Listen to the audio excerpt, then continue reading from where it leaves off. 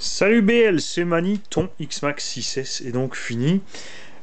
Démonté, nettoyé, remonté. Les huiles d'amorto, pas besoin de les changer, c'est en excellent état. On t'a mis un kit de roulement complet Kanzen.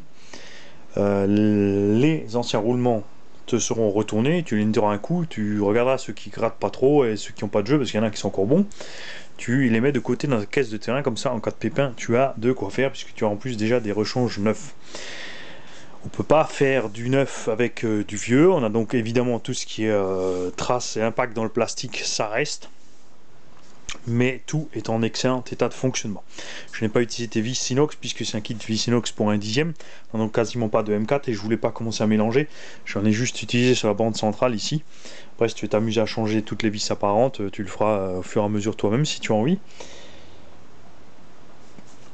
Tous les logements des roulements ont été, bien sûr, avant de refermer les carters, remplis de graisse marine. J'aime bien.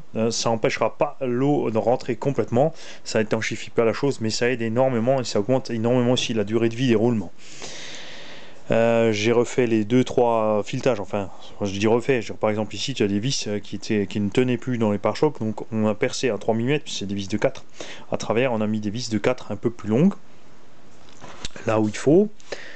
Le moteur donc a été entièrement démonté. Je t'ai remplacé le roulement du carter arrière qui lui gratte à mort. Le vario était démonté et nettoyé aussi complètement. Le récepteur aussi, puisqu'il était complètement oxydé ce machin là. Donc ça c'est des choses à faire attention quand on passe dans l'eau avec un X-Max. Toujours penser quand on a fini, quand on l'a complètement baigné, d'ouvrir ici et de sécher ici à l'intérieur. Le récepteur est évidemment collé puisqu'il y a le TSM, sinon il ne fonctionnera pas ou ça posera des problèmes. Quoi d'autre? Eh bien rien de spécial, la machine comme dit a servi, mais pas d'usure particulière au niveau des noix ou autre. Il y a vraiment que le plastique qui est bouffé esthétiquement, sinon le reste, nickel.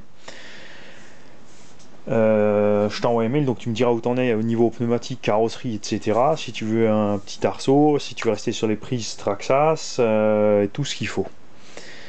Et est-ce que j'ai oublié quelque chose? Non. Ah oui, même le tube central est en excellent état aussi.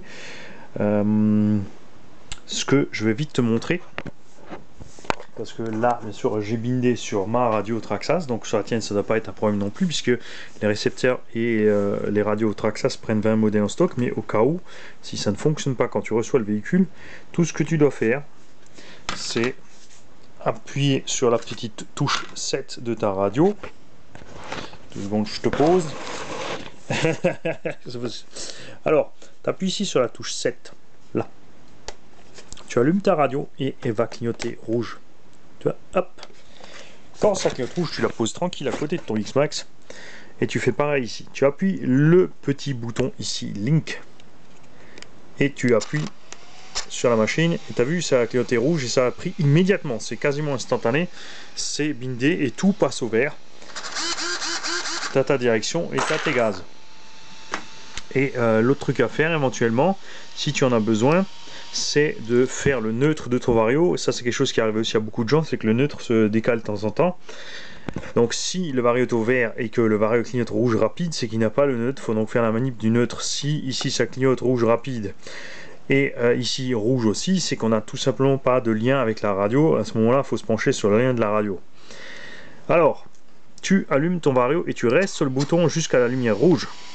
Là tu lâches, tu attends, il va clignoter une fois, ça veut dire plein gaz. Tu mets plein gaz, dès qu'il a enregistré plein gaz, tu vois il clignote 2 fois, là ça veut dire marche arrière. Tu mets la marche arrière à fond, là il va te clignoter plein de fois pour te dire qu'il a validé.